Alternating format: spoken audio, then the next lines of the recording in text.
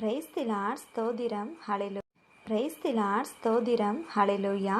இயேசுவுக்கே புகழ், இயேசுவுக்கே நன்றி, இயேசுவுக்கே ஆராதனை, இயேசுவுக்கே மகிமை. ஆதி ஆகமம் 26 அதிகாரம் 28 வசனத்தில் இப்படியாக வாசிக்கிறோம். நிச்சயமாய் கர்த்தர் உம்மோடே கூட இருக்கிறார். பிரியமானவர்களே, இந்த வார்த்தையானது யாருக்கு கொடுக்கப்பட்ட வார்த்தை அப்படின்னு பார்த்தீங்கன்னா, ஈசாக்குக்கு கொடுக்கப்பட்ட வார்த்தை. நிச்சயமாய் கர்த்தர் உம்மோடே கூட இருக்கிறார். இது ஒரு ஆசீர்வாதமான வார்த்தை. ஈசாக்குக்கு இப்படிப்பட்ட ஒரு ஆசீர்வாதமான வார்த்தை கிடைக்க காரணம் என்னன்னு பார்த்தீங்கன்னா, அவரோட தந்தை ஆபிரகாம், அவர் ஆண்டவர் மீது கொண்ட ஆழமான விசுவாசம். அதனால் ஆபிரகாம் மேலே ஆண்டவருக்கு ஏற்பட்ட ஒரு பிரியம். அதன் மூலயமா தான் அவருக்கு, அதாவது ஆபிரகாம் மூலயமா ஈசாக்கு, அவருடைய சந்ததி, அந்த தலைமுறையாக அவங்களுக்கு அந்த அன்பு நீடிச்சிருக்குது.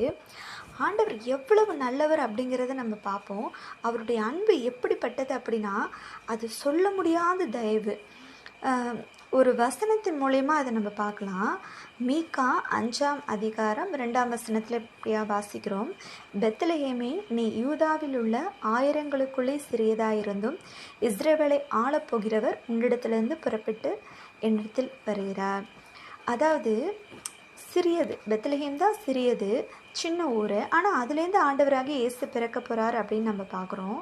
ஆண்டவர் எப்போதுமே யாரெல்லாம் சிரமப்பட்டிருக்காங்களோ, யாரெல்லாம் சின்னவங்களாக இருக்காங்களோ, அவங்களுக்குள்ள ஆண்டவர் பெரியவராக இருப்பார், பெரிய காரியங்களை செய்வார்.